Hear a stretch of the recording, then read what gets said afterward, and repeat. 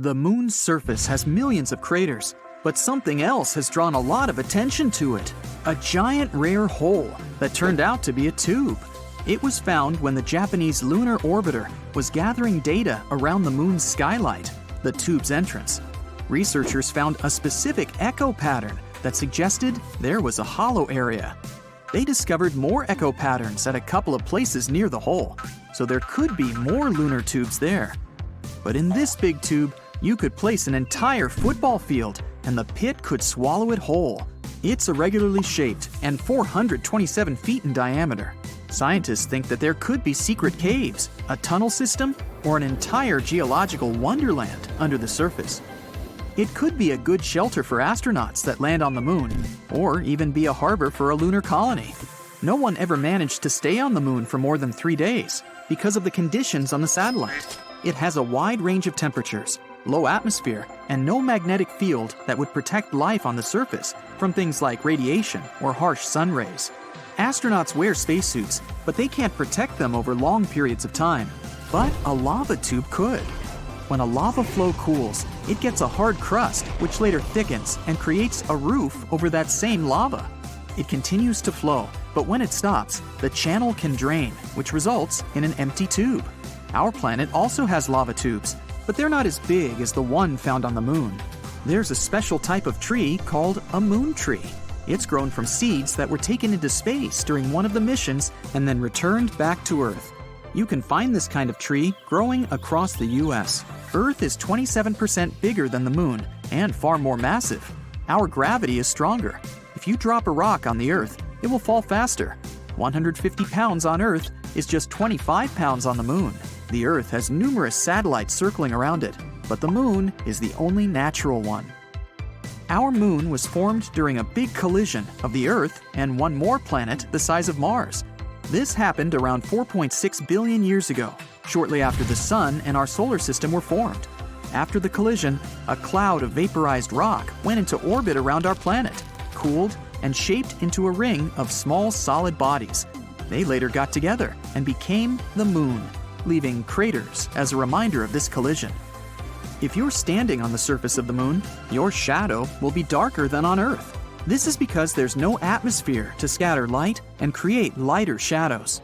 One of Jupiter's moons, Io, has hundreds of volcanoes and pretty wild eruptions, sometimes sending plumes 250 miles into the atmosphere.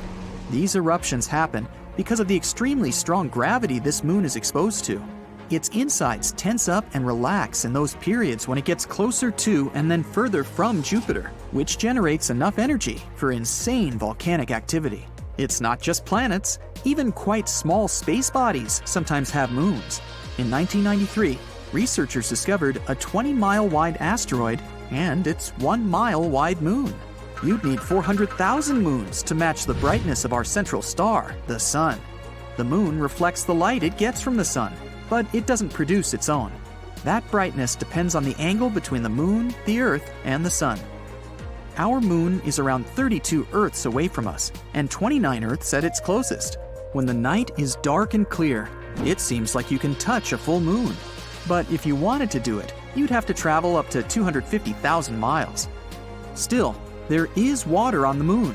Not puddles or lakes, but grains of water ice exist in permanently shadowed parts near the moon's poles. Scientists think that water got on the moon a long time ago, during a period when both the moon and Earth were constantly struck by asteroids and comets, which contained water ice. This process may have even helped us get our own lakes and oceans, not just the moon's icy water. Newer research says that the moon's interior already had water, and it went to the surface during volcanic activity. The same might have happened on our planet too. Out of 200 moons in our solar system, our moon is the 5th biggest one. Jupiter's moon Ganymede is the biggest one, almost 1.5 times bigger than ours. Apollo 11 was the mission where humankind first landed on the moon. It was a very important moment, broadcast all over the world. But it was almost interrupted by a huge windstorm that was going on in Australia back then. Parker Dish was placed there, which was something we used to get the broadcast signals from the moon. The moon is not a perfect circle. It's more in the shape of an egg, with the thicker end pointing toward us. This shape is derived from its rotation. A full moon can keep you awake. Studies showed that people experienced less deep sleep, and it took them longer to fall asleep during the full moon period. It wasn't about its brightness, but the lunar cycle that influences our internal body clock. Each year, the moon is moving away from Earth because of the interaction between the moon's gravitational force and our oceans. In 1 year, it moves around 1.5 inches away, which means that in around 600 million years, it will be 14,600 miles further from Earth than it is now. This number isn't accidental. That's the time when total solar eclipses will stop happening. Humankind hasn't set foot on the moon in a few decades, but footprints there are still fresh because there are no winds up there, so these tracks can stay there for millions of years. The moon has its own time zone called Lunar Standard Time. Time is different on the moon, so a year there is divided into 12 days, considering each is as long as our month. Days got named after astronauts who walked on the moon. The moon calendar starts the moment Neil Armstrong stepped onto the moon in 1969. There are possible energy sources for living beings on one of Saturn's moons. It has an ocean under the surface, and it may feature some chemical reactions similar to those that help certain forms of life on our planet survive. The moon used to have active volcanoes, probably during the time of the dinosaurs. Molten lava hardened on its surface billions of years ago, which helped create unique lunar craters, but the volcanoes have been dormant for a long time now. The moon has earthquakes, or rather, moonquakes. Just like our planet, the moon also has a crust that goes through changes and shifts. Shaking occurs when its crust warms and expands, or it can even be caused by meteorite impacts. Moonquakes are not as strong as earthquakes, but can last way longer since the moon doesn't have enough water to prevent seismic vibrations. The moon has a big range of temperatures because it doesn't have an atmosphere. During the day, it can go up to 200 degrees Fahrenheit, but at its poles, the temperature is around -400 degrees Fahrenheit. In 2019, astronauts discovered a strange space phenomenon. The moon was crossing in front of the sun, and at one moment, it seemed like it stopped and then started moving backward. It's the same optical illusion like when you're driving on the highway and pass a car that's slower than you. At one moment, as you move ahead, it may appear like it's going backward. The crust of the moon is not equally thick in all its parts. Some are up to 37 miles thick, while others are much thinner. The moon itself doesn't change colors. When sunlight goes through our atmosphere, it reflects off the moon and makes us see it as pink or red.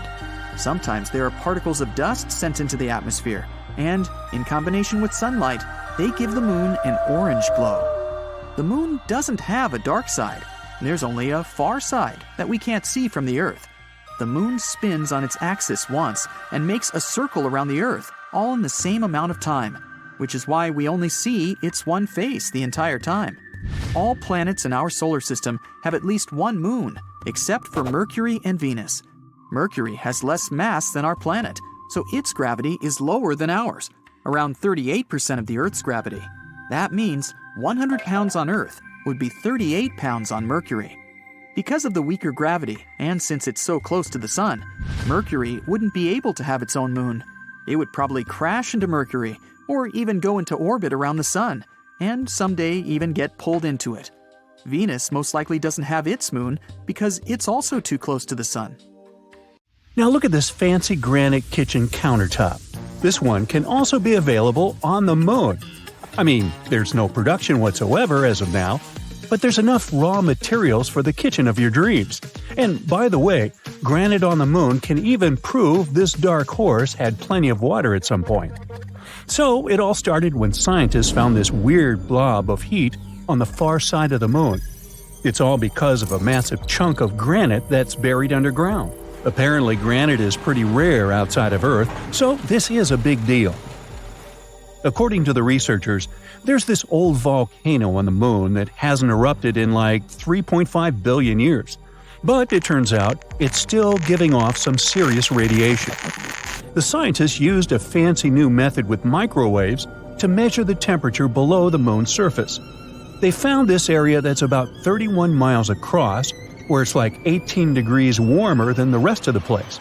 And it's right under a spot that collapsed and is full of silicon. It's not as thriving as Silicon Valley back on Earth, it's just a volcanic crater, but without all the lava spewing out. The scientists even compared it to those granite rocks you see in Yosemite, like El Capitan and Half Dome. You know, those giant rocks that look super majestic? Well, apparently, they're made of the same stuff. Researchers claim that granite is super common on Earth, but not anywhere else in our solar system. So, this could change everything we know about other rocky planets. Right, now we know there's granite on the Moon, but why is that important to us? So, you know how granite forms on Earth? It's all thanks to water and plate tectonics teaming up to create these huge blobs of melted rock beneath the surface. But guess what? The Moon doesn't have any of that action going on, which makes granite super rare up there. But this discovery could give us some clues about what the Moon was like back in the day when it had volcanic activity. Without water, making granite becomes a real challenge. But somehow, someway, they found granite on the Moon. No water, no plate tectonics, but still, we got granite. So what does that mean? Did the Moon have water in this one spot? Or was it just ridiculously hot? I guess we'll need to give a tad more time for the scientists to figure it out. The water on the Moon is an issue, though. Duh. As of now, the Moon is bigger than the Sahara Desert, but somehow 100 times drier. Astronomers have been debating for ages whether there's any water on this celestial neighbor of ours. But in 2020, NASA's SOFIA mission finally confirmed that there is indeed water on the sunlit part of the lunar surface. Turns out those grains of lunar dust have little molecules of H2O hanging out on them. Back in 1645, when people first started gazing at the Moon, they were fascinated by these dark spots all over its surface. Dutch astronomer Michael van Lengren even made a map and called these spots Maria, which means seas in Latin. Sorry, Michael, they're just actually plains of basalt from ancient volcanic eruptions, but we still use the term Maria today. In 1892, an American astronomer named William Pickering discovered that the Moon has practically no atmosphere. No clouds, no atmosphere, no chance for water to stick around. So, scientists started thinking that the Moon was as dry as a desert. But then, in the 1960s, a theoretical physicist named Kenneth Watson came along with an idea. He suggested that water ice could actually exist in the shadowy craters of the Moon that never see sunlight. These areas are called permanently shadowed regions. It was a mind-blowing concept at the time. The Apollo missions from 1969 to 1972 finally gave us the chance to look for water on the Moon up close and personal. But when the astronauts brought back soil samples, there was no sign of water. So everyone went back to thinking the Moon was bone dry.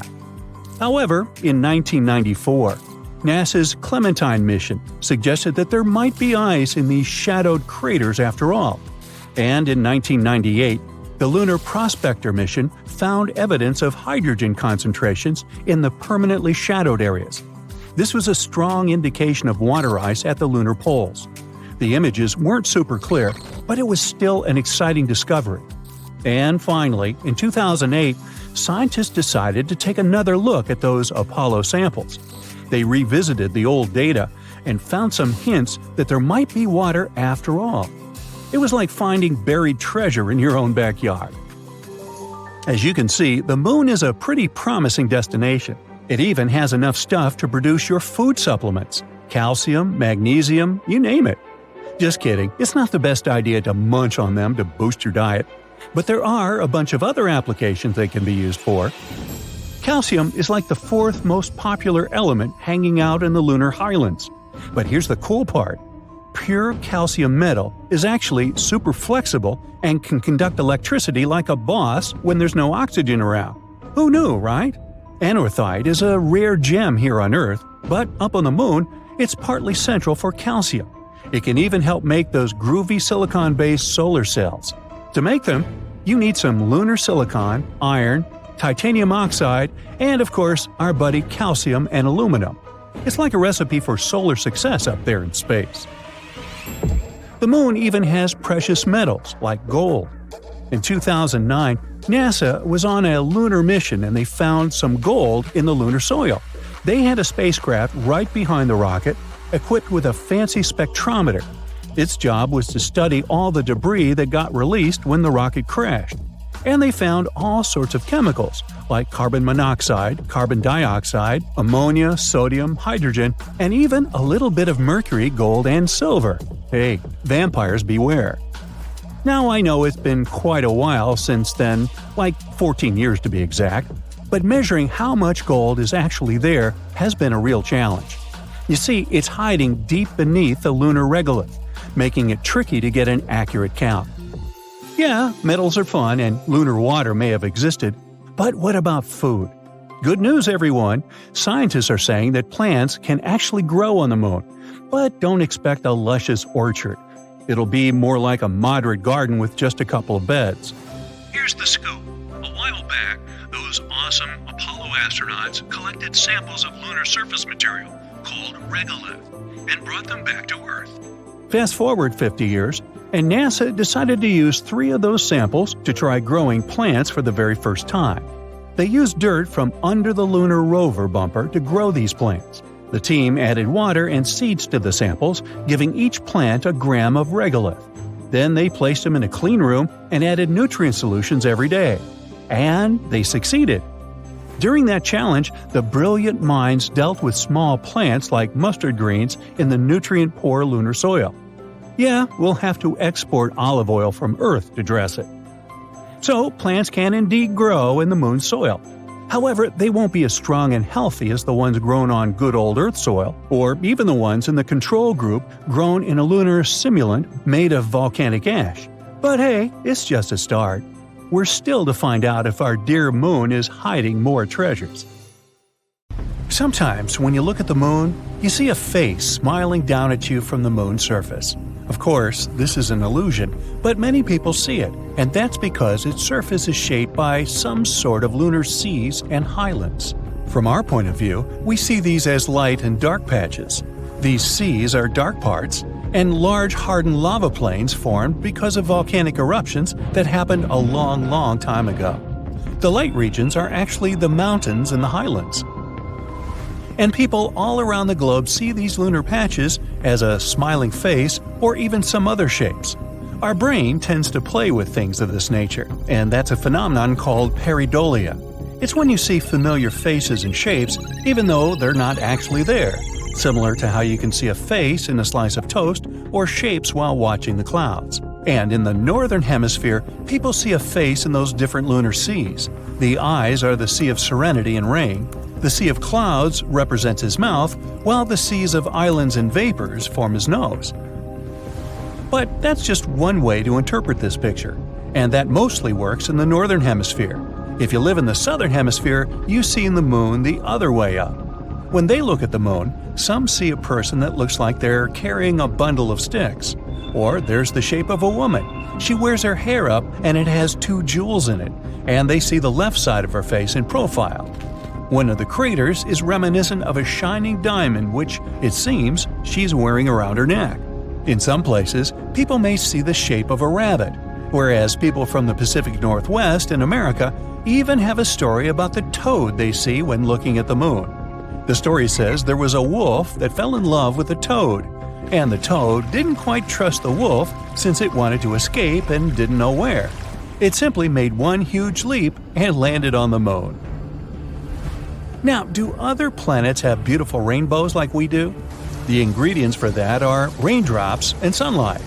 At the moment, we don't know of a planet with liquid water on its surface, and none have enough water in their atmosphere to make it rain. But droplets of some other liquid could refract light coming from the sun and spread it out into various colors. Titan is one of Saturn's moons, and the atmosphere there is rich in droplets of liquid methane, which probably form rain. The atmosphere on Titan is very hazy. That means that direct sunlight is not that common, but there's still a slight chance we could catch methane rainbows someday. If they really exist, they'd be similar to rainbows on Earth, but they'd be a bit broader because methane refracts light differently than water. There's a similar thing on Venus called glory. Scientists caught pictures of this optical phenomenon of sunlight falling on sulfuric acid droplets, similar to a rainbow. Jupiter is insanely big, around 11 times wider than Earth. Not only that, our planet is twice as small as its Great Red Spot, the raging storm that's been present on the planet for more than a century.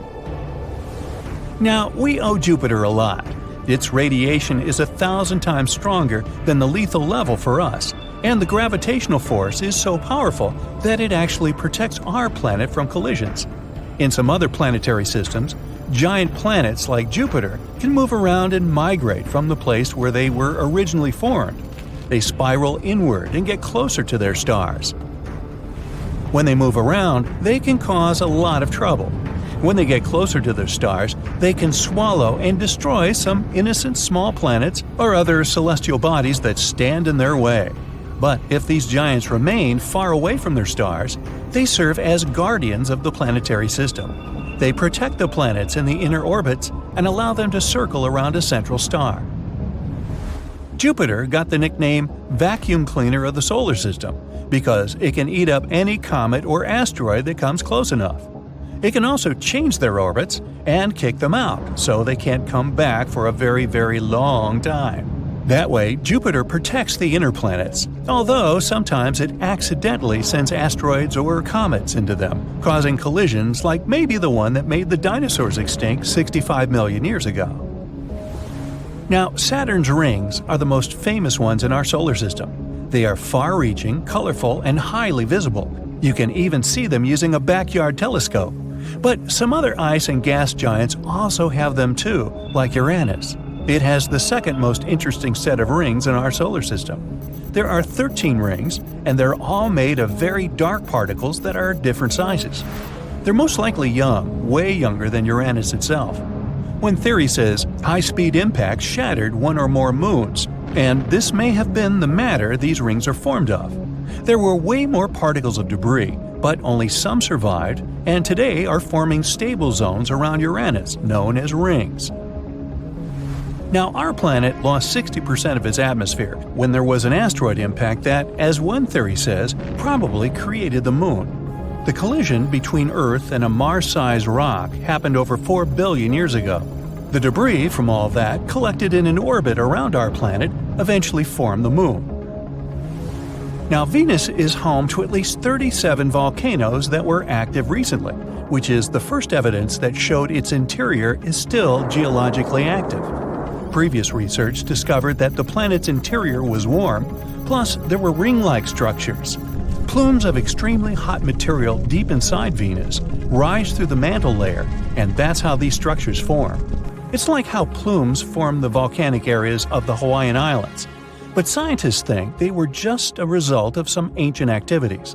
They believe Venus has cooled enough and drastically slowed down geological activities in its interior by hardening the crust so much that all of the warm materials from deep inside can't get out to the surface. Speaking of volcanic eruptions, Jupiter's moon Io also has them. Our moon is pretty peaceful, but Io has hundreds of volcanoes, and it took the title of the most active moon in our solar system when it comes to volcanoes. If you could go there, you'd see plumes of sulfur that reach up to 190 miles into its atmosphere. Volcanoes there emit 1 ton of particles and gases into space near Jupiter, its parent planet, every second. This could be because Jupiter's strong magnetic field and gravitational force. Io's interior tenses up and relaxes as it orbits Jupiter, and gets closer to it and farther away from it, which generates huge amounts of energy, enough for volcanic activity. There are billions of comets in our solar system. Most of them are in the Oort cloud and the Kuiper belt. A comet generally consists of rock and ice, at least until it gets closer to the Sun. Then its exterior turns into a cloud of dust and gas. And that's why comets have their specific tails. Pluto's unique surface is a series of domes, peaks, and troughs on the planet's landscape, which may have been formed because of its many large ice volcanoes. Neither erosion nor some other geological activity has done that much, but its ice volcanoes actually push icy material up to the surface. There are also a couple of craters in this area of the hemisphere called New Horizons. Asteroid impacts probably caused these. Plus, these craters aren't that geologically old. Also, the interior of Pluto probably retained heat, which enabled matter rich in water and ice to deposit onto the surface. And those specific structures I mentioned before could have formed because the water was rising up from the interior of the planet and ended up being rapidly frozen because temperatures on Pluto are extremely low, in addition to atmospheric pressures. Uranus is the second least dense planet in our solar system. The least dense one is Saturn. Now, even though Saturn is 14.5 times as massive as our planet, it's still less dense than water. This means that Saturn would float in a pool if it was more than 37,000 miles wide, so the planet would have enough space to even be in there. Whoa, that's a big pool. Now back to Uranus. Since its density level is so low, you probably experience less than 90% of its gravity, assuming you could even set foot on its cloud tops. Now Mars has pretty crazy dust storms, the biggest ones in our solar system actually. They can blanket the whole planet and last for months. One theory says these huge storms start because dust particles absorb sunlight and warm the atmosphere of the red planet. Warm pockets of air form and they start flowing toward colder areas. This generates winds. These powerful winds lift more and more dust off the ground. This again heats the planet's atmosphere, creates more wind, and kicks up even more dust. Wow, better have a broom handy, maybe even two. Okay, I officially give up on the hope that the moon is made of cheese after all. Wow, not even Gouda. The shiny lunar ball, or a curved banana, or half of a coin, depending on what phase it's in, has different layers inside, just like Earth. One of these layers is called the inner core. About 20 years ago, scientists were observing how the moon rotates. Using that data, they concluded that it had a fluid outer core. But the inner core was hard to study, so they didn't know if it was solid like a rock or molten like a hot liquid. But things are clearer now. Astronomers have collected data from different missions, including the Apollo missions, where astronauts went to the moon and gathered information themselves. Plus, they've used a special technique called seismic data. This method is all about studying how sound waves move through things. Take earthquakes on our planet as an example. When an earthquake happens, it creates waves that travel through the ground. Scientists can detect and analyze these waves to learn more about Earth's interior. The same idea can apply to other objects in our solar system, or planets, or, in this case, the moon. When quakes or moonquakes happen, they generate sound waves, and by carefully listening to and studying these waves, scientists can create a detailed map of what's inside the object. They can figure out things like different layers, what they're made of, and how they're arranged. To check the moon's deep interior, scientists also use something called laser ranging. This method measures the distance between the surface of the Earth and the moon very precisely. And ta-da! Our natural satellite's inner core is a dense, solid ball made of iron, just like Earth's. It's about 310 miles wide, which is nearly 15% the size of the entire moon. Researchers also have stumbled upon evidence that supports the theory that the layer between the moon's surface and its core, called the mantle, has been moving around as the moon evolved over time. This movement is something we call lunar mantle overturn, and it could explain why we find elements rich in iron on the lunar surface. Mantle material ends up being carried upward, and the volcanic rock remains in the moon's crust. Some of the materials in this rock were too dense, like me, so they just sank back through the lighter crust material all the way to the core mantle boundary. It's like a cycle where the moon's mantle material goes up during volcanic activity, carries iron-rich elements to the surface, and then sinks back down. There's another mystery scientists have been trying to solve. What caused the moon's magnetic field to weaken and nearly disappear over time? It seems that now that we know about the iron core and the global mantle overturn, we might get some more answers about the moon's magnetic field. Knowing what the inner core is like can help us better understand the moon's history as well as the history of our entire solar system. Now, one of the theories that's widely accepted about the origin of the Moon says there was a massive collision between Earth, in its early stages, and another mysterious object in our solar system. It's called the Large Impact Theory, and this collision was so strong it ripped off a big chunk of the primitive molten Earth. I mean, not so big compared to what's left. If you put a US nickel next to a green pea, you get a good idea of how big our planet is compared to the Moon. Now, this chunk was set into orbit around our planet, and this might have happened about 95 million years after our solar system formed. The object that collided with Earth could have been about 10% the mass of our home planet and roughly the size of Mars. Well, it makes sense. Earth and the Moon do have similar compositions after all. Of course, there are other ideas about how the Moon formed. One says that the gravitational force of our planet captured it. This means that the Moon was just an object innocently passing by when suddenly it got attracted and pulled into Earth's orbit. There's even a hypothesis that Earth stole the Moon from Venus. Ooh. In that case, the Moon shouldn't complain. I guess the view is way better here. So yeah, the Moon and Earth are similar when it comes to rocks and some minerals. But the Moon doesn't have the same atmosphere as our planet. Its atmosphere is thin and consists of some weird gases that include potassium and sodium, which is not something you can find in the atmosphere of Mars, Venus, or Earth. And the rocks on the Moon don't contain water, but that doesn't mean there's no water at all up there. A long time ago, in the 17th century, astronomers saw large dark spots on the Moon's surface. One of these astronomers thought these spots looked like oceans, and he called them maria, which means seas in Latin. Other astronomers also made maps of the Moon, and they used the term maria to describe these dark spots. For example, Mare Tranquillitatis translates to Sea of Tranquility, where Apollo 11 made its touchdown. But it seems those dark spots are not actually oceans. They are plains made of hardened lava that erupted long ago. These volcanic eruptions left behind smooth flat areas called basalt plains. In the late 1800s, one sky watcher studied the Moon and found it didn't have an atmosphere. Without an atmosphere, there are no clouds and no air to keep water from evaporating. So scientists thought that any water on the Moon would just disappear right away. They believed the Moon was totally dry. But then, in 1961, one physicist had a different idea. He pointed out there could be water on the Moon in special areas called permanently shadowed regions. These are spots on the Moon where the sun doesn't shine, so they stay dark all the time. Water ice could exist in these dark areas because they're extremely cold and the ice wouldn't evaporate. But when astronauts from the Apollo missions went to the Moon, they brought back soil samples, and scientists found no signs of water in them. So everyone went back to thinking that the Moon was completely dry.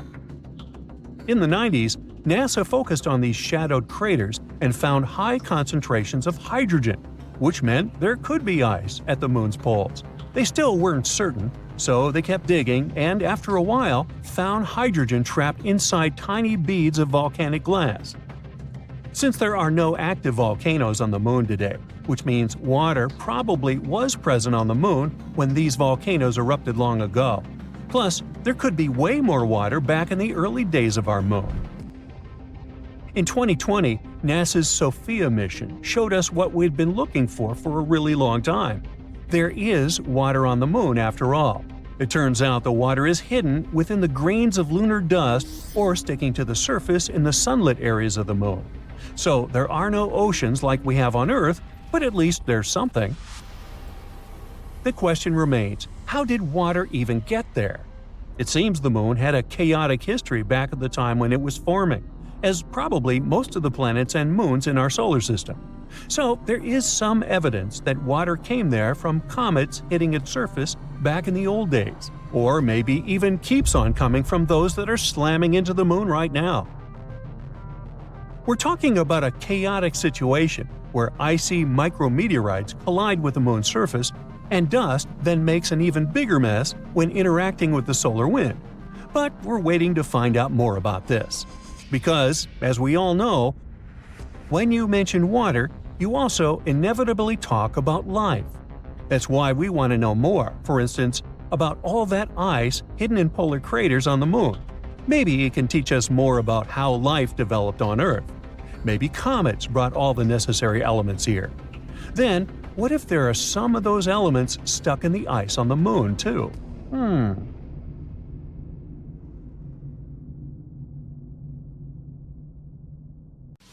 Neil Armstrong had been getting ready for his mission on the Moon for over 3 years.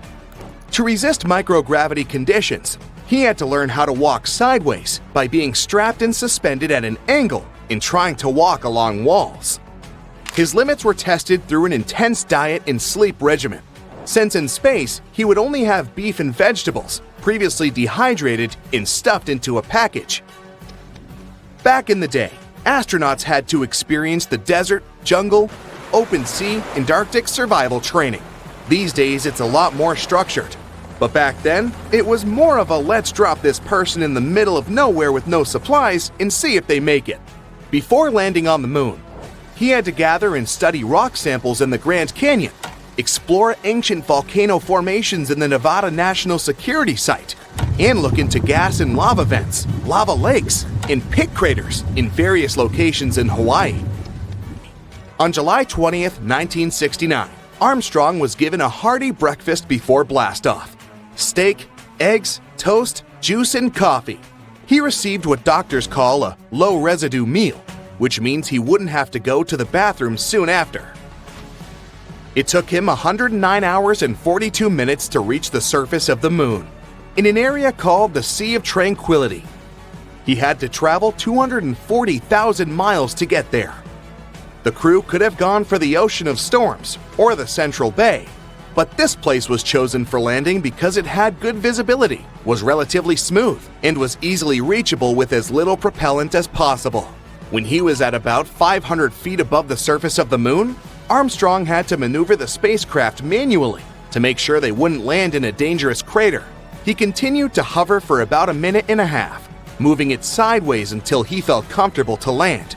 As soon as his device landed safely, he immediately radioed to Mission Control, located in Houston, Texas. The now famous message, "The Eagle has landed."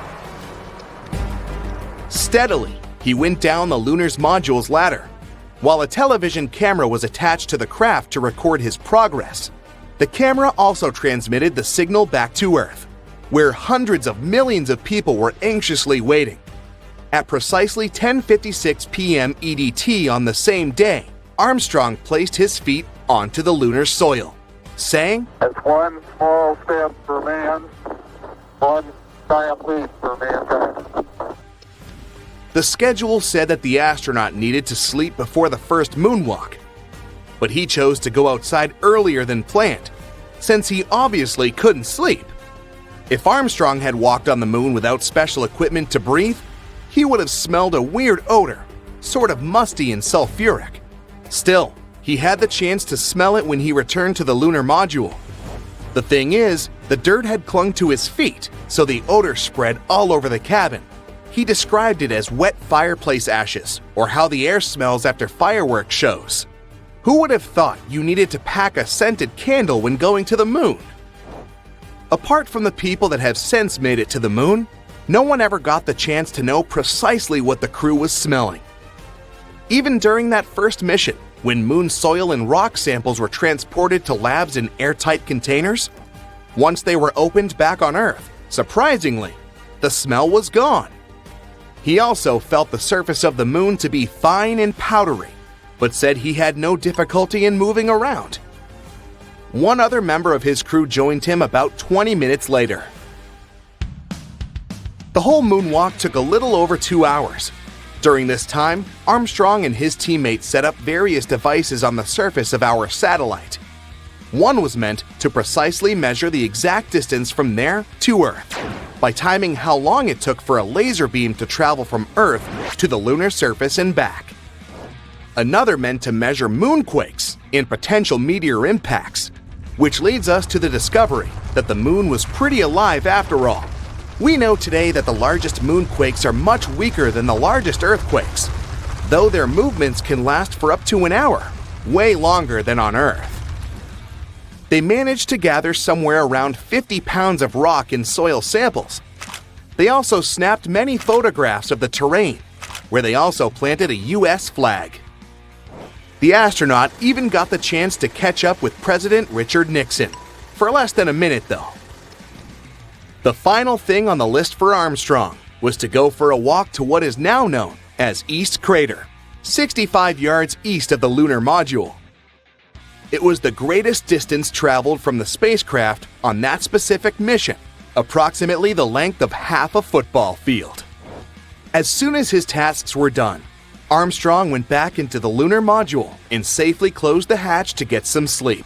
While preparing for liftoff, Armstrong and his crew discovered that, because of their chunky spacesuits, they managed to break the ignition switch for the ascent engine.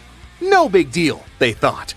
So they used a part of a pen to push in the circuit breaker to start the launch sequence. At 1:54 p.m., the famous Eagle began to ascend.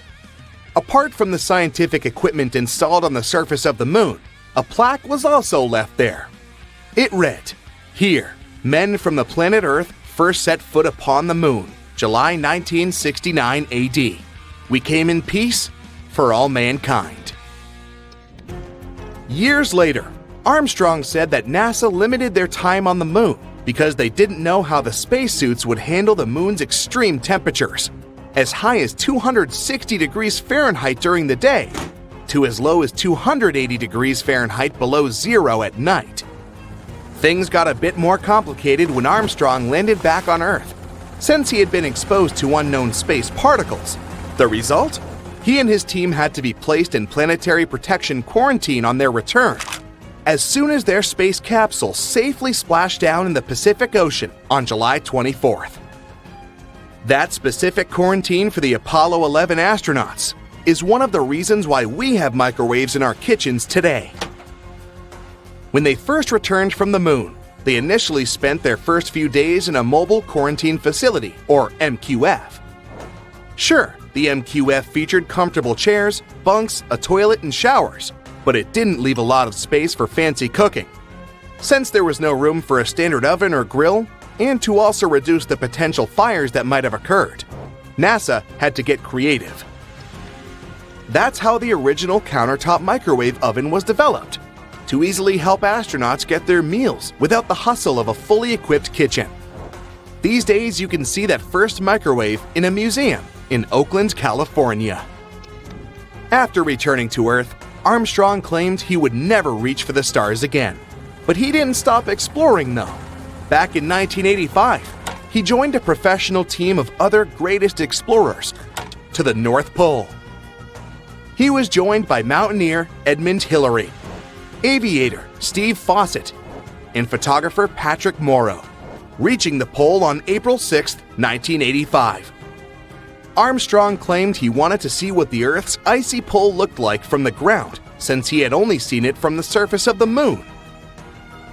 The Apollo 11 mission was nevertheless unforgettable for Armstrong since. In 2015, the Smithsonian Institution uncovered that he had kept hidden a cloth bag full of small parts from the lunar module. It included his waist tether, some utility lights, and their brackets, an emergency wrench, and the optical sight that was mounted above Armstrong's window of the space module.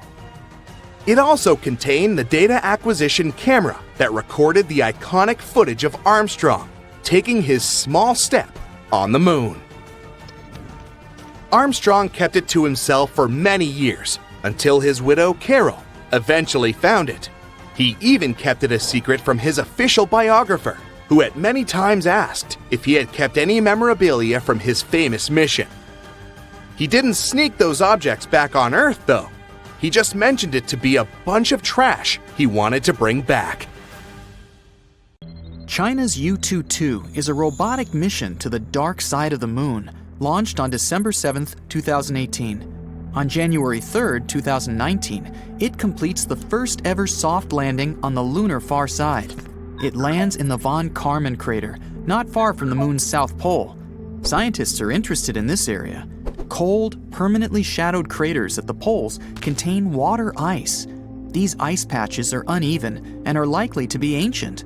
In the south, Most of the water ice is concentrated in craters, and at the North Pole, it's spread more sparsely. In any case, this ice can be used once a long-term manned mission lands on the moon. Anyway, several days after U-22 lands, it closes down its operating systems and hibernates through its first lunar night.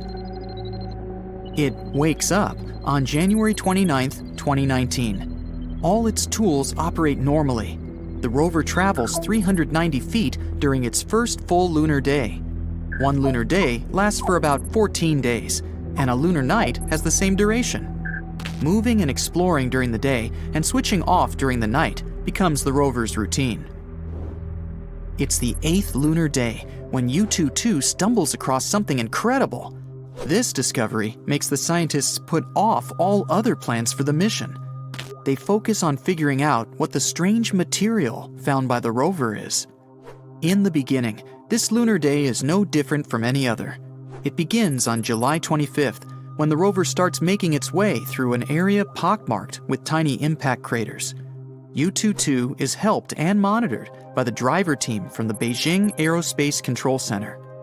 On July 28th, the team is preparing to shut the rover down for a midday nap. The sun is high in the sky. It means there are high levels of radiation and scorching temperatures that can damage the machine. Before powering U-22 down, the scientists are looking through the pictures taken by the rover's main camera. That's when they spot it, a small crater filled with something that looks shockingly different from the surrounding landscape. Unable to identify the gel-like substance, the team orders the rover to check this bizarre finding. U-22 cautiously nears the crater to examine the weirdly colored stuff. The machine uses special equipment that detects the light reflected off the substance. It's supposed to help the researchers to understand the structure of the material. Unfortunately, the nature of the unusually colored finding has remained a mystery for over a year. No wonder that both the finding and the fact that initially there were no images of the enigmatic stuff sparked curiosity all over the world. The only available description of the substance was that it looked like a randomly colored, shiny gel, something that's rather odd for the dusty, arid surface of the moon. But finally, the mystery seems to have been solved. The researchers have analyzed the information received from the rover's equipment. As expected, the substance turned out to be made up of rock, greenish and glistening breccia, in a sample no larger than 20 by 6 inches. It's kinda like a geologic version of Jell-O salad with fruit inside. If you melt it down, it'll look glassy. Breccia consists of sharp stones joined together by a chalky substance. The sample found on the far side of the moon is made up of a mix of different minerals. The main is a type of silicate that's one of the most common components in both the moon and Earth's crust. The piece also contains some glass, which means it could have formed during a volcanic eruption. But volcanic activity on the moon stopped more than 3 billion years ago. That's why the researchers are almost sure it's unlikely to be the source of the unusual finding. The material could have been created by a massive asteroid, comet, or meteorite that once hit the moon. During the collision, the pressure and temperature were so high that huge amounts of rock instantly melted. Some pieces cooled down rapidly enough to form glass. The rest gathered at the center of the impact crater and grew colder more slowly, forming a new rock. The substance was likely not formed in the Von Karman crater, but in the nearby Finsen and Alder craters. The hollow where the rover made its finding was just 7 feet across. Whatever left it had to be no wider than an inch. But then, it would be too small to create such a large piece of breccia. It's interesting that the material is similar to the samples collected by the astronauts from NASA's Apollo missions. One of those samples was made of dark, broken shards of minerals glued together. It also contains some black, shiny glass. It's not clear, though, whether it's the same as the stuff discovered by U-22. When the rover took photos and made its measurements, it was rather dark in the area. The quality of the images isn't that great. The experts also explained that the mission is examining a previously unexplored area of the moon. That's why they don't have any samples from that region to compare them with the greenish, shiny substance U-22 found. But if their guesses turn out to be true, then the far side of the moon might have more in common with the Earth-facing one than we used to think. But what's so special about this dark side of Earth's natural satellite, and why can't we see it? It's all because of the phenomenon known as tidal locking. Earth's only natural satellite rotates around its axis once in 27 days. It's the same amount of time it needs to go round our planet. That's why you always see the same face. To be precise, 59% of the moon's surface is visible to people. It means that you can catch glimpses of the satellite's far side at some times of the year. The moon's side we can't see is quite different from the one facing Earth. It doesn't have dark spots that are visible at night. Those are lunar basaltic plains called lunar maria. They were created by ancient volcanic eruptions. Those happened about 3 to 4 billion years ago. Instead of plains, the far surface of the moon has countless craters and tall mountains. One of the ideas about such a striking difference between the two sides is based on the collision theory.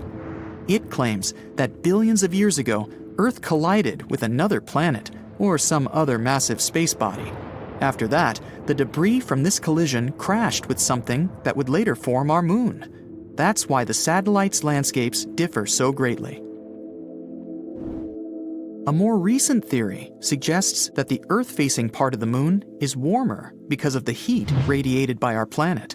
During the period of volcanic eruptions, it was cooler on the farther side. That's why the minerals there became solid faster. They formed a protective layer shielding the moon's insides against the meteorites. But each impact left an impressive crater. At the same time, a much softer crust on the front-facing side of the moon spewed lava every time a meteorite hit it. After this lava cooled down, it covered the impact craters. Even though the far side is often called dark, both sides get almost the same amount of sunlight. The side we see looks a bit brighter because of the glow coming from Earth. There are two reasons why people are interested in exploring the far side of the moon.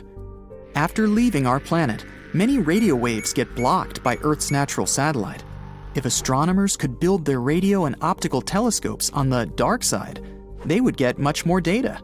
There would be no problems with any kind of interference. The telescopes would also be shielded from the glare of daylight coming from our planet. If telescopes were set up inside craters, they would also be protected from solar radiation. Astronomers would be able to get an incredibly clear view of the far regions of the universe. Plus, scientists believe there are great amounts of helium-3 on the opposite side of the moon. Earth is protected from solar winds that carry this gas by its magnetic field. But our natural satellite doesn't have such a shield. That's why experts believe the moon can be a perfect place for helium-3 mining. This rare element can be later used as the fuel for fusion reactors. You step on the surface of the moon. It's unusual. You definitely feel lighter here, and it's easier to walk. You decide to check out that obsessive idea of yours. Jump on Earth's natural satellite. And even despite your bulky spacesuit, you literally fly up into the air. Woohoo! Anyway, you continue your walk on the surface of the moon when you feel something strange. The ground under your feet is it shaking? It feels as if an earthquake has just started on the moon. But that's simply impossible. Or is it? Surprisingly, your gut feeling hasn't let you down this time. Moonquakes do exist. In fact, there are 4 types of moonquakes that are strong enough to be detected from a large distance. There are deep moonquakes occurring more than 430 miles below the surface. Then there are meteoroid impacts. Thermoquakes occur when the frigid lunar crust expands. It happens when the morning sun illuminates the satellite after a 2-week-long deep freeze lunar night. And there are also shallow moonquakes. They're the only ones that are similar to earthquakes on our planet. Shallow moonquakes happen 12 to 19 miles below the surface, and they're the most powerful and dangerous. Between 1972 and 1977, the Apollo seismic network recorded 28 such moonquakes, and some of them measured more than 5 on the Richter scale.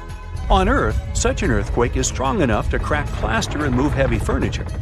Plus, shallow moonquakes are very long-lasting in compared to earthquakes. Once they get going, they can continue for up to 10 minutes. As for the average earthquake, it typically continues for 10 to 30 seconds. Scientists are still not sure what causes shallow moonquakes, and even where exactly they occur. One of the theories is that moonquakes happen at the rims of large, relatively young craters that probably slump from time to time. Interestingly, the Moon and Earth aren't the only places where earthquakes occur. No, scientists have recorded quakes, tremors, vibrations, and shakes in other regions of our solar system too. Let's take Mercury, for example. A few years ago, scientists discovered that this planet was shrinking, and that's why it seems to be so tectonically active. Or Venus. This world is a tectonic puzzle for experts. At the moment, Venus has no tectonic plates, and it might have never had them. But its surface has folds and faults and looks as if it could have tectonic plates. On the other hand, these features might have appeared because of other processes, for example, volcanic activity. But even though we haven't observed any Venus quakes, scientists believe they could detect them since their vibration seems to ripple through the thick atmosphere of the planet. Now, Mars. We know for sure that this planet is seismically active. NASA's lander placed a seismometer on the surface of the red planet, and in 2019, it managed to measure its first Mars quake.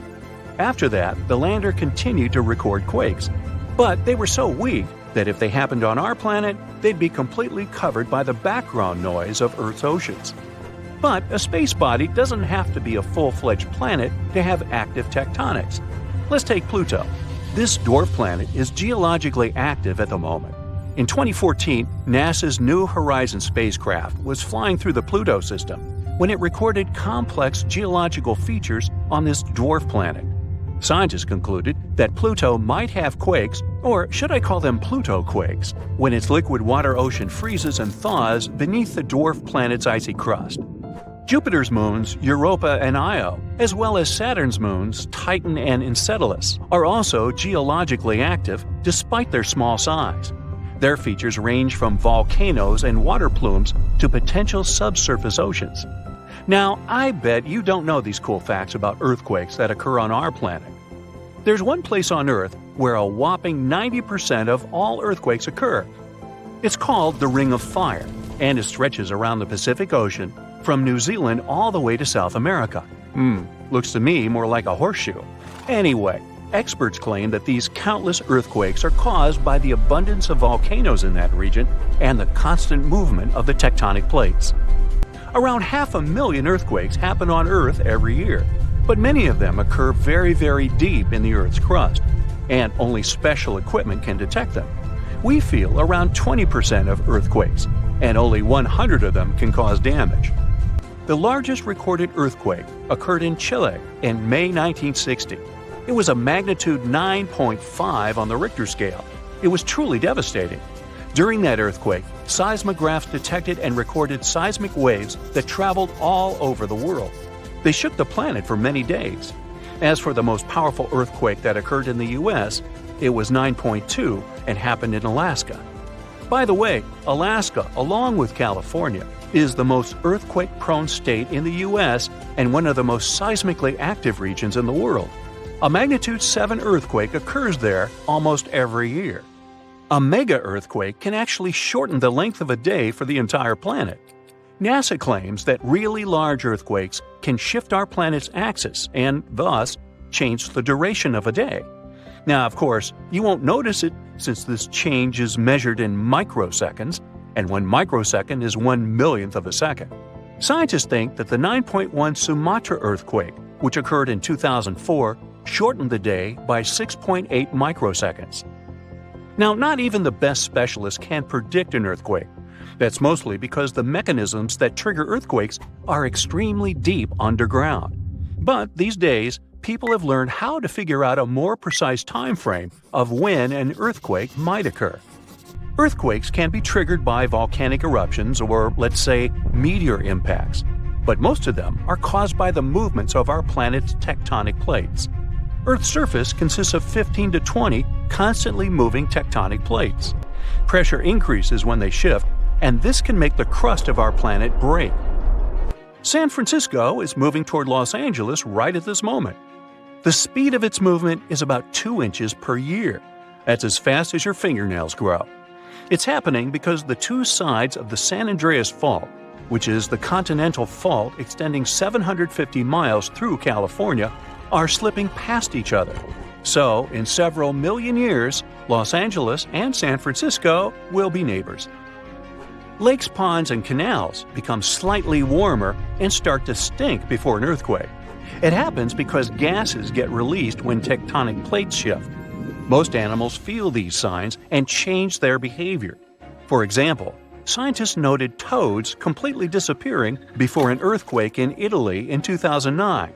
But as soon as the natural disaster was over, they returned. Even after an earthquake is over, you might still see water sloshing around in your swimming pool. There's no need to worry. This is a phenomenon called a seiche. The water can keep sloshing around for hours after the earthquake is over. For example, the pool at the University of Arizona lost some water from a seiche caused by an earthquake in Mexico that occurred 1,200 miles away. On February 27, 2010, a massive earthquake started in Chile. It measured 8.8 on the Richter scale. As a result, Earth's crust in that region was ripped so dramatically that a city called Concepcion moved 10 feet to the west. Another earthquake resulted in the tallest mountain in the world, Everest, shrinking by 1 inch. It happened in 2015 when a magnitude 7.5 earthquake caused several Himalayan mountains to decrease in size. The Japanese used to believe that earthquakes were caused by namazu, a giant catfish that lives submerged in the mud under the Japanese islands. The fish would thrash about, causing seismic activity. As for the ancient Greeks, they were sure that a powerful sea deity, Poseidon, produced earthquakes by hitting his trident against the earth when he was angry. According to Hindu mythology, 8 elephants hold Earth in place. They are, in turn, balanced on the back of a ginormous turtle, standing on the coils of an even larger snake. And every time any of these animals moves, an earthquake occurs. It's dark outside, almost 2 a.m. You go outside and look at the sky, and here it is, bright, full moon. You might think you know a lot about Earth's natural satellite, but let me ask you this: how did it form? The answer is, nobody knows. But of course, there are theories. The most popular one, called the giant impact theory, claims that the moon formed during a collision between Earth and another planet. This planet must have been smaller than ours, the size of Mars, and the collision itself probably happened around 4.5 billion years ago.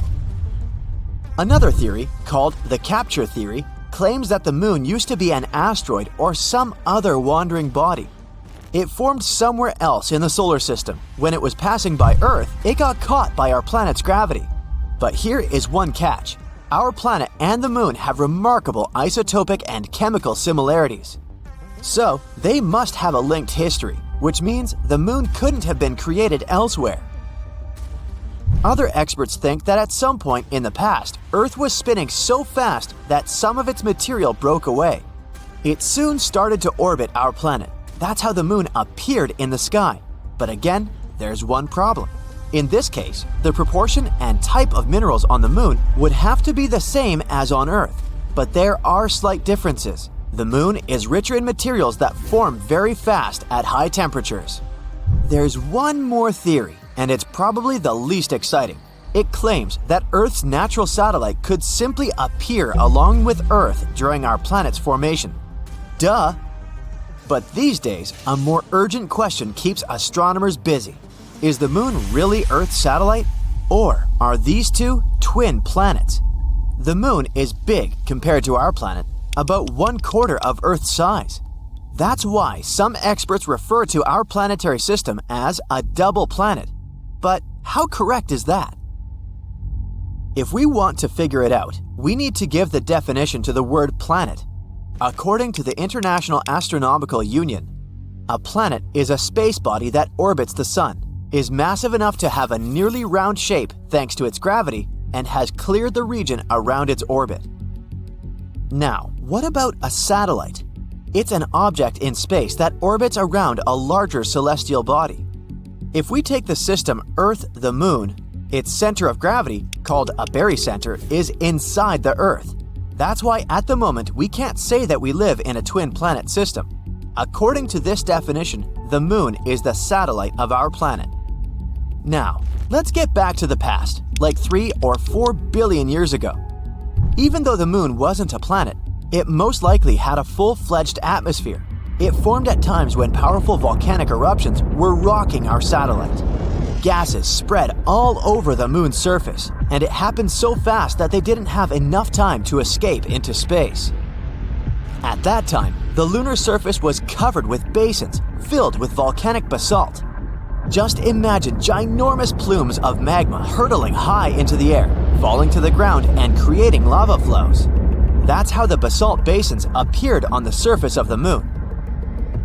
At one point, scientists got their hands on samples brought from the Moon. They found out that lava flows there contained not only carbon monoxide and sulfur, but also the building blocks of water. Thanks to these samples, researchers managed to calculate the amount of gas that rose and formed the atmosphere. It became the thickest around 3.5 billion years ago and existed for about 70 million years. After that, poof, the atmosphere was lost in space. But the coolest thing? When the Moon did have an atmosphere, the satellite was 3 to 10 times closer to our planet. One computer simulation even suggests the Moon was probably up to 19 times closer than it is now. The distance between it and our planet could be 18,600 miles, while these days our satellite is around 240,000 miles away. That's why the Moon looked much, much bigger in the sky. Unfortunately, at that time, not even dinos were around to admire the view. These days, the atmosphere of the Moon is almost non-existent, and that's why the satellite can't protect itself from meteorites. The surface of the Moon is dotted with craters. For comparison, there are about 190 identified impact craters on our planet. Many of them are hidden by vegetation or covered with water. But if we speak about the Moon, the number is so much greater, several million, and around 5,000 of them are more than 12 miles across. And since the Moon is less seismically active than Earth, these craters and other ancient formations stay in perfect condition for centuries. When you look at the Moon, it's the brightest object in the night sky. But in reality, its surface is dark because the reflectance of our natural satellite is just a bit higher than that of asphalt. You might know that the Moon's gravitational pull causes tides on our planet, making the oceans bulge out on both the side closest to the Moon and the one farthest from the satellite. But that's not all. The Moon also slows down Earth's rotation. This phenomenon is known as tidal braking. It increases the length of a day on Earth by a bit more than 2 milliseconds per 100 years. The Moon is also moving away from Earth at the same rate at which your fingernails grow. That's about 1.5 inches per year. If one day the Moon floats away into space, our planet will have to live through tough times. Without the stabilizing pull of the Moon's gravity, Earth's tilt would start changing wildly, from no tilt at all, meaning no seasons, to a large tilt, resulting in extreme weather.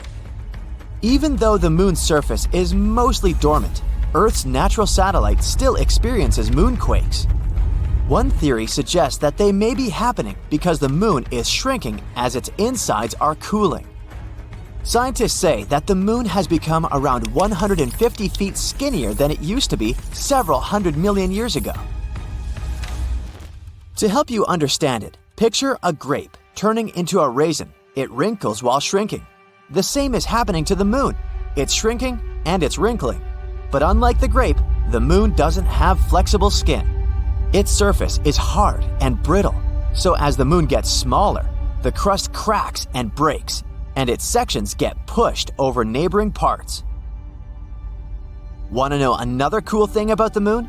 A recent study claims that it has a tail, and every month it wraps around our planet like a scarf. This slender tail is made up of millions of atoms of sodium, and our planet regularly travels directly through it. Meteor strikes blast these sodium atoms out of the moon's surface and further into space. For several days every month, the moon remains between the sun and our planet. That's when Earth's gravity picks that sodium tail. Our planet drags it into a long stripe that wraps around its atmosphere. This lunar tail is totally harmless.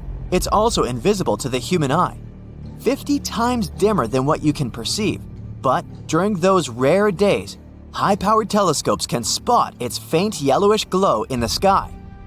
The tail looks like a gleaming spot that's 5 times the full moon's diameter. And the spiciest fact for you, 2 or 3 years ago, an asteroid was pulled into Earth's orbit and started to travel around the planet. Even though it was no larger than an average car, it was still a big deal. Out of more than 1 million asteroids astronomers know about, it was only the second one to orbit our planet, called 2020 CD3. It was our temporary mini-moon. It didn't stay with Earth for long, though. The asteroid followed a random orbit and slowly drifted away. Temporarily captured objects such as 2020 CD3 are rare. They need to have a specific direction and speed to be caught by Earth's gravitational pull. Otherwise, they either crash into the planet or fly in another direction. Back when Apollo missions were launched, astronauts returning from the moon claimed that moon dust, the gray sand-like dust covering much of the satellite surface, smelled and tasted, yes, they actually tasted it, like gunpowder. What the stuff moon dust is made of is nothing like gunpowder. About half of its composition is silicon dioxide glass from impacts with meteorites. They hit the surface of the moon at incredible speeds. Whoa! The high temperature makes the topsoil fuse into glass, and the impact shatters it right afterwards, creating the gray and clingy dust. The rest of moon dust ingredients are minerals such as iron, calcium, and magnesium, while old-fashioned gunpowder consists mainly of saltpeter, charcoal, and sulfur. In other words, moon dust shouldn't smell like gunpowder, but it does. Besides, when astronauts brought samples of it back to Earth, there was no smell left at all. One explanation could be that the moon is similar, in a way, to Earth's sand deserts, like the Sahara. It's extremely dry and arid. When you sniff the air in a desert, you don't smell anything. But if you get caught in the rain there, the moisture will raise all kinds of odors from the ground that were previously trapped in the dry sand. With moon dust, it might be similar. While on the surface of the moon, it doesn't smell at all. Not that the astronauts could sniff at it wearing their spacesuits, though. But when brought back inside the landing module, the dust came into contact with moisture in the air and started emitting its strange odor. Another reason for this could be a reaction of moon dust to the solar wind. Ionized particles from the sun hit the bare surface of the moon and stay there. There's no thick atmosphere to protect it from those ions, so they travel freely right to the ground. They're very lightweight, so they can fly off and sort of evaporate from the slightest of nudges. And when astronauts took the moon dust samples to the landing module, those particles could have started moving around and giving off the specific smell. This might also explain why the samples didn't keep their odor when brought back to Earth. Since the particles are so light, they might have flown off the samples already in the landing module. And when they were placed in airtight containers, there were little or no ions left on them. Another explanation is that those airtight containers weren't so airtight after all. Moon dust is basically very small crystals with extremely sharp edges. They unexpectedly made tiny cuts in the seals, letting in air and moisture, and so the ionized particles leaked out of the containers. Scientists believe they should study moon dust on the surface of the moon itself to find out everything about its properties. Now, there are hundreds of thousands of craters on the surface of the moon made by falling asteroids, but one of them drew a lot of attention. It turned out to not be just an impact crater, but a tube, looking most like an entrance to a cave system. Scientists found a specific echo pattern that suggested there was a hollow area beneath. They discovered more echo patterns at a couple of places near the hole, so there could be more lunar tubes there. But in this big tube, you could place an entire football field. Researchers believe there could be an entire geological wonderland under the surface. It could be a good shelter for astronauts landing on the moon, or even be a harbor for a lunar colony. No one ever managed to stay on the moon for more than 3 days because of the conditions on the satellite. Wide range of temperatures, low atmosphere, no magnetic field would protect life on the surface from things like radiation or solar wind. Astronauts wear spacesuits.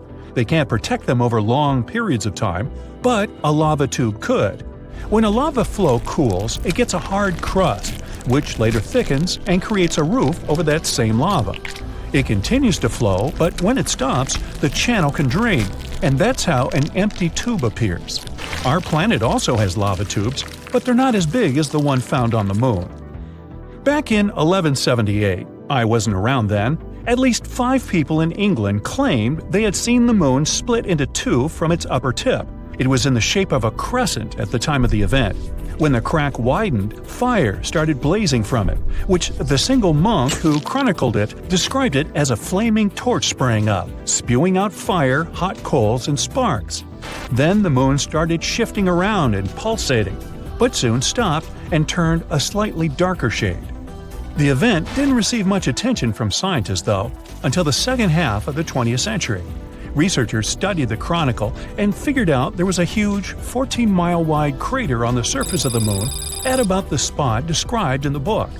Only a very large asteroid could have left such a scar on the satellite's face.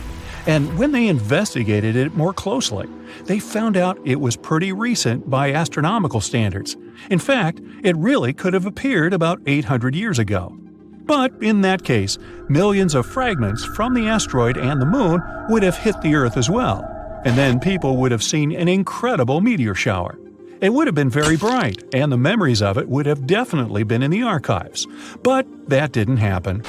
In addition, many scientists argue that the crater isn't as young as it might seem. The most popular and justified theory is that it's about 1 to 10 million years old.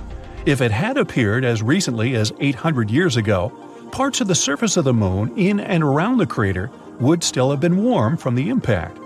The most likely explanation of what really happened back in 1178 is that observers were extremely lucky to see an asteroid falling towards the Earth and burning in our planet's atmosphere. The spectacle would have been incredible, and seen from a proper angle, the burst of the asteroid could have really looked like it was the moon exploding. That would explain why there were so few witnesses of the phenomenon. The right spot to see the show, as they did, was only a couple of miles wide. As for real events on the moon, water and oxygen were unexpectedly discovered on it not long ago. Water might have been brought to the satellite by asteroids hitting its surface, many of them carrying H2O molecules, and those that are left on the moon in tiny amounts after the impact. There's precious little water there, though. By comparison, even the Sahara Desert has more of it than the entire moon. Oxygen is also present as separate molecules floating around, so you still can't breathe on the moon. Solar wind brought them there. Waves of energy from the sun travel at extremely high speeds through space, scrape oxygen from the upper parts of our atmosphere, and carry it further. Eventually, the wind with the oxygen molecules reaches the moon. And that's where something incredible happens. The moon starts rusting.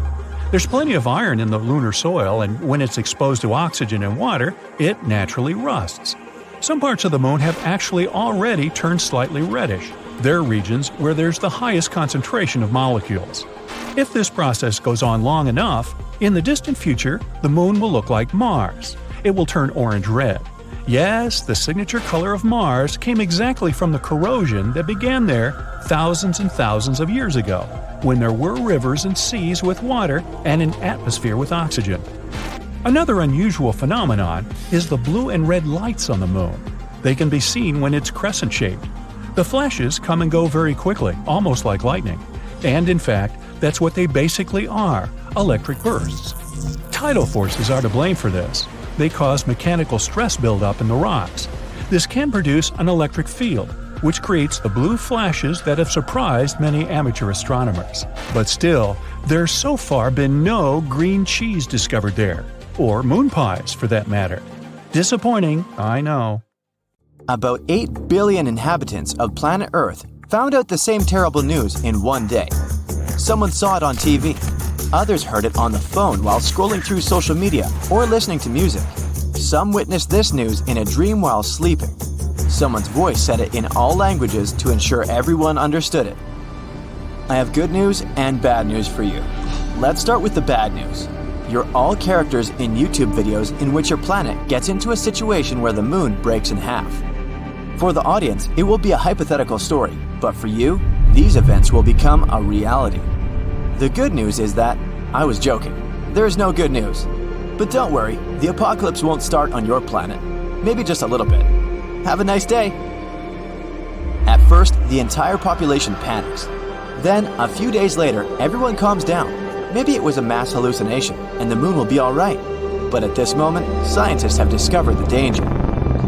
A colossal meteorite is flying towards us from the distant depths of space. This meteorite is super fast and pretty flat, but has sharp edges. Fortunately, it will miss the Earth by a few thousand miles, but the moon won't be that lucky.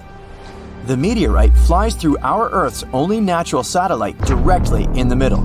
So it passes through the moon, sweeps past our planet, and flies away into distant space. At this moment, all people can't take their eyes off the moon. The meteorite cuts it perfectly in half, gently, clearly, painlessly. So, what shall we do now? Will the Earth survive this?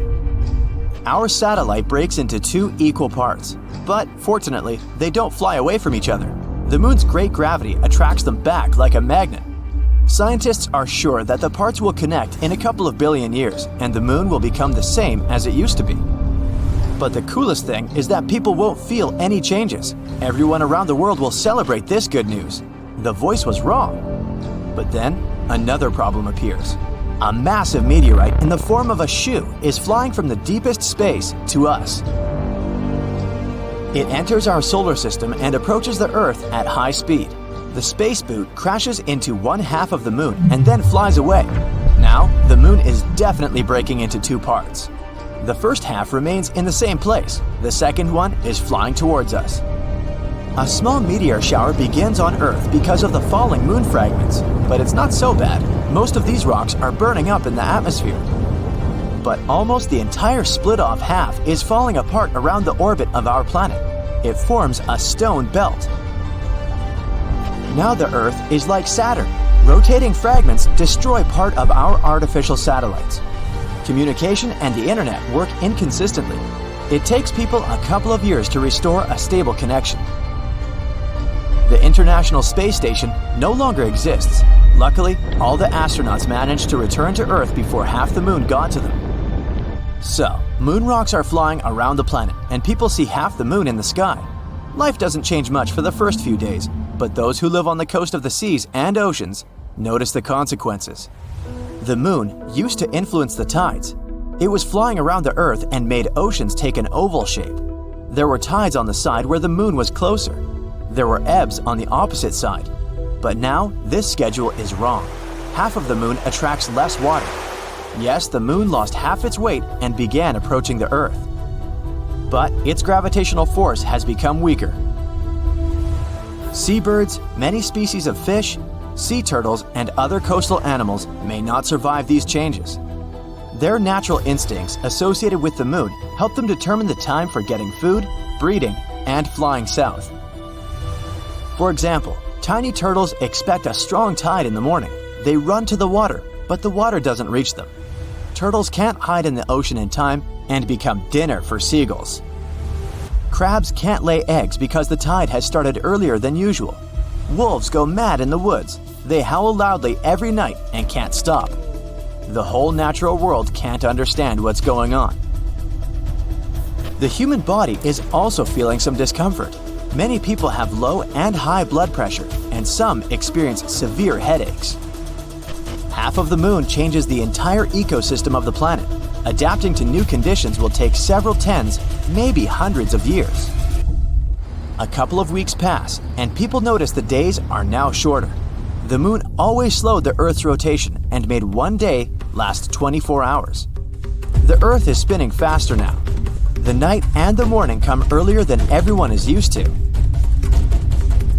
Earth rotation speed has increased and reduced the number of hours per day to 15. People suffer from insomnia or oversleeping. The body needs time to get used to it. Work schedules are changing all over the world. Previously, people came to the office at 9 and left at 6. Now, they arrive at 7 and leave at 2 p.m. Sleep time got shorter, and people are really sad because of this. Progress slows down because the short working time.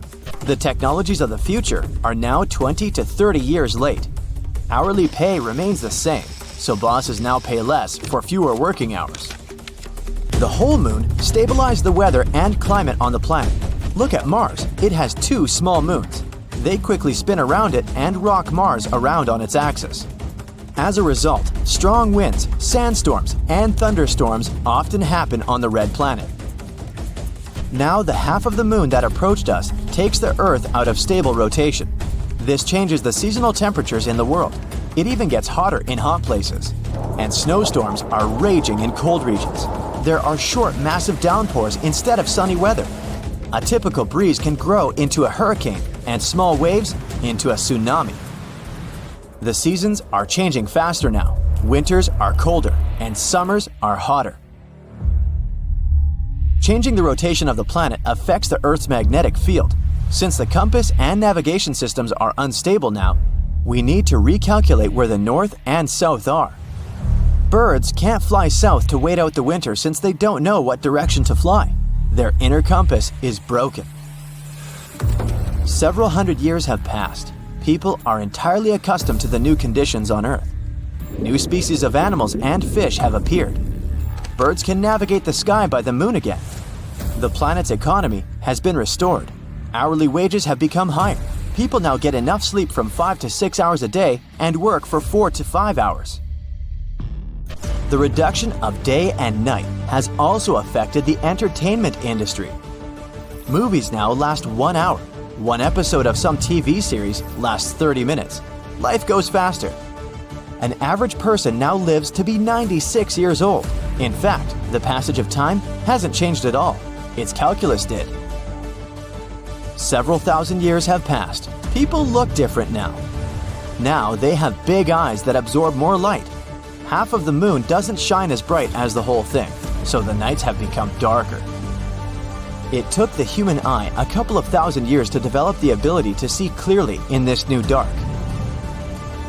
Animals need to navigate better in these conditions, so their eyes have become larger and more sensitive. During all this time, people have cleared the orbit of moon rocks. Several space stations fly around our planet. And again, people hear this strange voice that once told them that they were all characters in one hypothetical YouTube video. This time, the voice says, "Your story ends because the video ends. I'm sorry. Good night." The moon. A beautiful, natural satellite with some mysterious dark splotches. We always see only one side of it, so we're used to this image. It's hard to imagine the moon looking any other way. But it used to be different. Oh ho ho, it used to be so different. Picture this, a huge incandescent satellite in the sky that is causing constant tsunamis. I suggest we go very far into the past to see what the moon was like many, many years ago. The moon formed around 4.5 billion years ago. At that time, our green-blue planet was still a red-hot, insanely unstable piece of rock flying in space. We didn't have the moon yet, and a day on our planet only lasted 6 hours, which meant only 3 hours of daylight. Volcanoes erupted all over the place, releasing poisonous gas into the air, and a bunch of meteorites regularly crashed into the planet. At the same time, 4.5 billion years ago, the so-called Big Splash occurred, or, as scientists call it, the Giant Impact Hypothesis. It claims that once an object the size of Mars crashed into Earth. Mars is about 2 times as small as our planet, so the blow wasn't too bad, but it was quite catastrophic. This powerful impact tore off part of the outer layers of that Mars-sized object and Earth. The very core of this space body merged with Earth's own dense core, and a huge number of fragments of Earth flew into outer space. So, this was the beginning of our moon, or, saying in a scientific way, the process of differentiation has begun. This is the process all planetary bodies go through at the beginning of their lives. Since the impact was very hot, Its heat carried away most of the gases and liquids from the broken pieces of Earth. Only a relatively dry stone surface remained. So yeah, there is water and gases on the Moon, but in very small quantities. The gravity of our planet was strong enough to make all these hot stone fragments stay in its orbit, and they gradually began to stick together. The chemicals they contained were distributed in layers. Iron, which was heavier, sank deeper inside, and lighter elements formed the surface. In a short time, 100 years or less, the ring of steam, dust, and molten rock fused together. The largest clusters with the strongest gravity attracted more and more particles, gradually forming the Moon. It looked like a red-hot bubble ball. Sadly, the nucleus of this newborn Moon turned out to be very small. It lacked iron and other heavy elements to form into something substantial, like a planet. The oldest rocks of the Moon probably formed in the ocean of magma. And when the Moon gradually cooled down, it turned out to be a white, clean, and perfectly even ball. But it was still completely different from what we have now.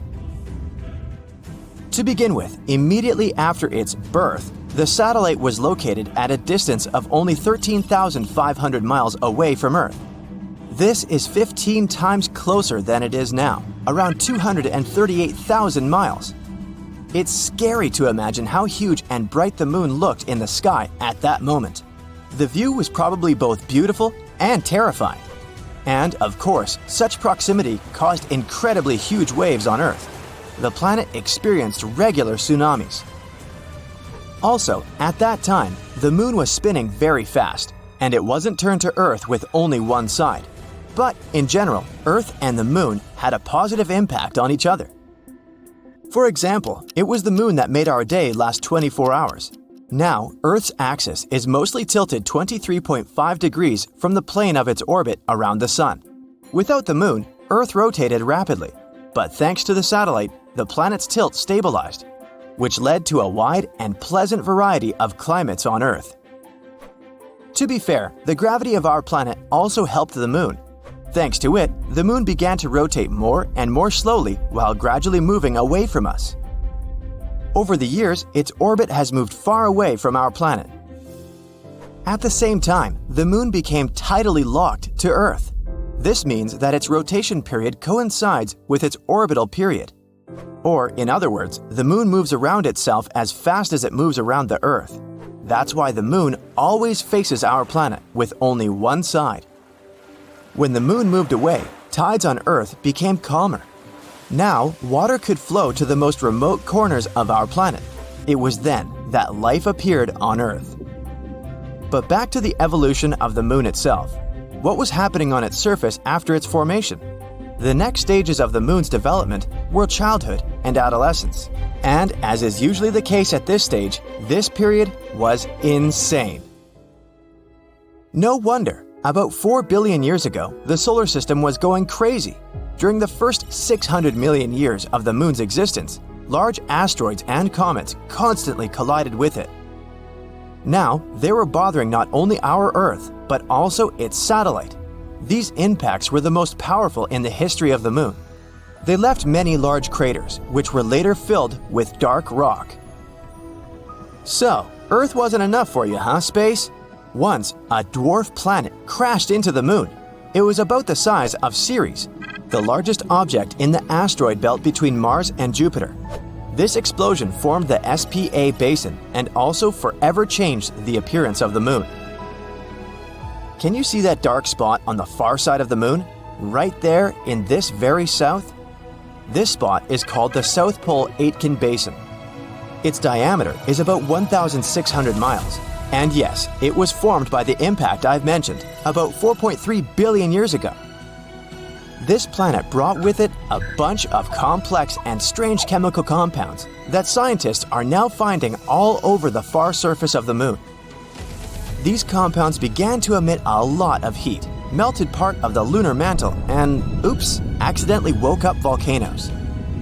The volcanoes began to erupt furiously. A huge amount of magma was distributed over the surface of the Moon.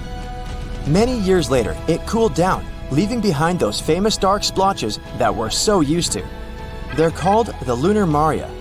there are much fewer craters there than on the lunar highlands. But for the last billion years, the moon has been geologically inactive, except for occasional collisions with meteorites. In general, the appearance of the moon changed forever as a result of these events, and, battered and tired, it entered adulthood. But even then, it couldn't get any peace. A bunch of meteorites decided to bother it again. Honestly, it wasn't that bad. There were many collisions, but all of them were quite small. They just left a bunch of craters and pits on the moon and maybe damaged its mantle a little. Some of the collisions deepened already existing large craters. The moon's crust was getting thinner and thinner over the years because of all the chaos going on. And now we call this upper part of the lunar crust covered with craters the lunar highlands. All those white and bright areas of the moon, the highlands. But in the end, the universe finally calmed down, for now at least, and the moon began to look the way it does today. There are still many things we don't know about Earth's natural satellite. There are moments in its history that scientists still can't accurately explain, but they're continuing to study our beautiful satellite. The data about the moon is useful to people not only for its own sake. It gives us a more complete picture of both the history of our solar system and space as a whole. So, let's hope that one day we'll be able to find out everything there is to know about the moon.